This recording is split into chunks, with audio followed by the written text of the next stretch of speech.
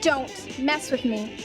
This kitty's got claws, and I'm not afraid to use them. The Netflix adaptation of Wednesday Addams is still making serious waves on the internet, and we are here for all of it. In this video, we are revealing some fun facts about the cast, a couple of Easter eggs you might have missed, and even some behind-the-scenes action. Christina Ricci, an unexpected villain. Dedicated to protecting normies from outcasts until his life was cut short by your ancestor, Goody Addams. The casting of Christina Ricci was intentional. Prior to the release, it was announced that she was joining the cast of the TV show. Longtime fans of the Addams Family films were excited to see what the former Wednesday Addams would bring to the show. For those who may be too young to know, the actress held the role of Wednesday down in the 90s. Fans kept speculating on the role the actress would play in the new series. From a secret relative of the Addams to a time-traveling Wednesday from the future, the theories were wild. However, in this series, she is just Marilyn Thornhill, the normie botanical science teacher who tries to take Wednesday under her wing. We couldn't help but notice that the producers left a lot of hidden clues about her character, the most significant being her first name, Marilyn. In the 90s, the Addams Family has a rival series titled The Munsters. The only normie member of that family was named Marilyn. Ultimately, she is revealed to actually be Laurel Gates and the Hyde Master. We dare say that Christina Ricci's villain arc turned out to be the one of the best parts of the show. The two Wednesdays. No, it can't be easy showing up mid-semester. I've been here a year and a half. Jenna Ortega and Christina Ricci have a couple of things in common. Not only have they both played the same iconic character, but they also have a very similar personality. Jenna has said, if we are talking to each other, neither one of us can tell whether the other person is being serious or not. It's kind of a fun game, but it was not always like this. Jenna has openly admitted to being intimidated by having Christina on the set. Well, we can't blame her. Imagine stepping into the shoes of someone you grew up idolizing. When you have big shoes to fill, it's natural to feel disoriented at first. It took her some time, but Jenna could loosen up around Christina, and they even formed a strong bond while shooting. We know what you're thinking. Jenna's delivery of Wednesday Addams must be as a result of help from Christina. Don't bet on it though, because you are wrong. Both actresses never discussed the Wednesday character. In fact, they never even said the word Wednesday to each other until filming was done. Christina mentioned that she understood that Jenna would want to play the character in her own way, while Jenna in turn said she couldn't let go of Christina for advice because she didn't want her Wednesday to seem like a knockoff. Since the Wednesday we saw was all Jenna, she definitely deserves her flowers. Becoming Wednesday Addams. I want to humiliate Bianca so badly that the bitter taste of defeat burns in her throat. There is absolutely no doubt that Jenna put in the work behind the scenes. As much as she loved Christina's take on the character, she also wanted to pay homage to the comic book Wednesday. To portray the unnatural look of Wednesday in the comics, Jenna had to shoot her scenes without blinking. When filming started, Jenna unintentionally kept her eyes open throughout a particular scene, and Tim Burton loved the performance so much, they say that they ran with it. It must not have been an easy thing to do, but she did it anyway. This discovery, albeit accidental, is one of Jenna's secrets to successfully bringing the titular character to life. The role does come with some perks. For one, Jenna is the only one allowed to dress in black while filming. Everyone else has to keep it colorful, even background characters and extras. It does help that the actress always looks gorgeous in black. In order to give her best, Jenna did most of her own stunts, learned to play the cello, and even studied some German. She also recently revealed that she is the brains behind the now viral dance scene. She was instructed to have fun while filming the scene, and even better, she created magic. There is even a moment during the scene where Jenna moves her legs like Lisa Loring, who played Wednesday in the Addams Family series back in 1964. The pandemic scandal. Girls want to know if you want to hang out later? Oh, come on, it won't kill you. I'll think about it.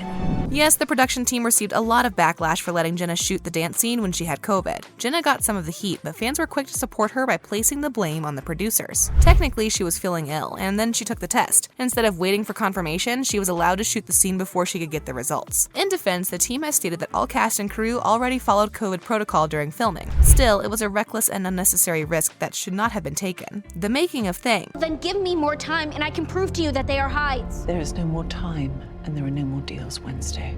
The show's director, Tim Burton, has spoken about how he did not want to use CGI to bring the character to life. As such, Thing is not a computer-generated image. The character is actually portrayed by a Romanian magician and illusionist called Victor Dorobantu. Despite this being his first acting credit, he gave us an exceptional delivery. Victor spent much of his time with the makeup team daily while filming. He had to wear a full blue bodysuit that zipped over his face. He had to follow all the actors in a unique and interesting way. Sometimes hiding under tables and beds, as well as latching behind walls, was part of the job. You obviously noticed the way that the Thing was able to move his fingers to communicate effectively with people. Turns out Victor studied American Sign Language, Morse code, and even military hand gestures. He would go over them with the cast, and it was always a fun pastime trying to figure out what he was saying. We have no doubt that Victor had a swell time doing all of this, because this was his longtime dream. He has opened up about seeing every single Addams Family adaptation, including those from the 60s and the 90s. Interestingly, he even got a small tattoo of Thing on his left forearm many years ago, manifesting that one day he could portray the character. Jenna and Wednesday have of things in common. I believe I left mine at fencing.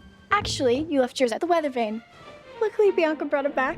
Another shocking secret that has come to light is the fact that Jenna used to experiment and cut open little animals when she was younger. During an interview, she said, "I'm a weirdo in the sense that I used to perform autopsies on little animals when I was younger, like little lizards that I found that were lifeless in my backyard." She goes on to add that she rarely gets scared and claims to even laugh at horror films. Jenna has also spoken about how she loves to spend her free time writing books or scripts, while Wednesday loves to jam the typewriter but has yet to publish a book. Jenna is a published author. Her book, It's All Love, Reflections for Your Heart and Soul, was released when she was 18. Emma Myers. How canst thy heart still beat? What demon sorcery is this? Stay away from her! It turns out that Emma Myers couldn't be any more different from the bubbly character of Enid that she portrayed. The fact that Emma is so much more like Wednesday is such a twist. She's an introvert who prefers to be alone most of the time. However, she always expresses how happy she was on the set of Wednesday. For her, it was her first time being amongst her peers. In her words, "I've never had a cast around my age before. I'm normally the youngest one on set." She goes on to say how she surprisingly got along with everyone. The topic of Jenna's sexuality. Call me old-fashioned, but when someone is run over on their way to give the police key information, it usually means they were onto something.